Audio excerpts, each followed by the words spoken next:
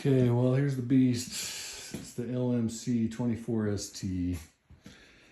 I replaced the solenoid on the starter just to see if that was the issue. Battery's a new battery.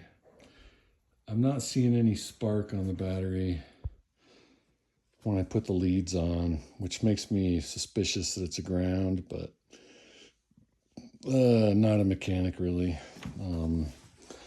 Let's see, typically we've got these lights here, and if I turn the key, they'll come on and light up and wait for the glow plug to warm up the engine.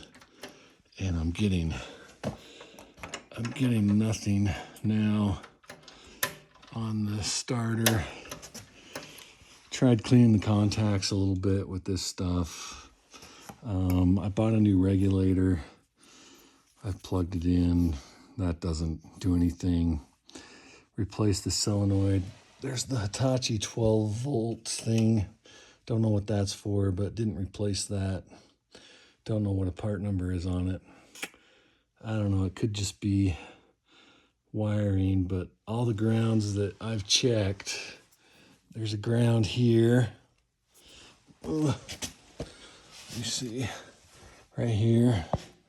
You can see where my hand is. Checked that and cleaned it.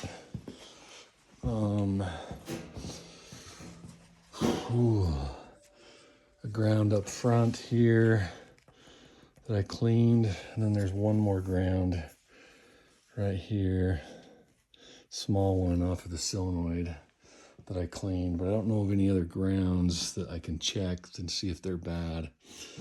But kind of stumped. Never had the issue. It's always started right up. So any help you can offer would be great. Thanks.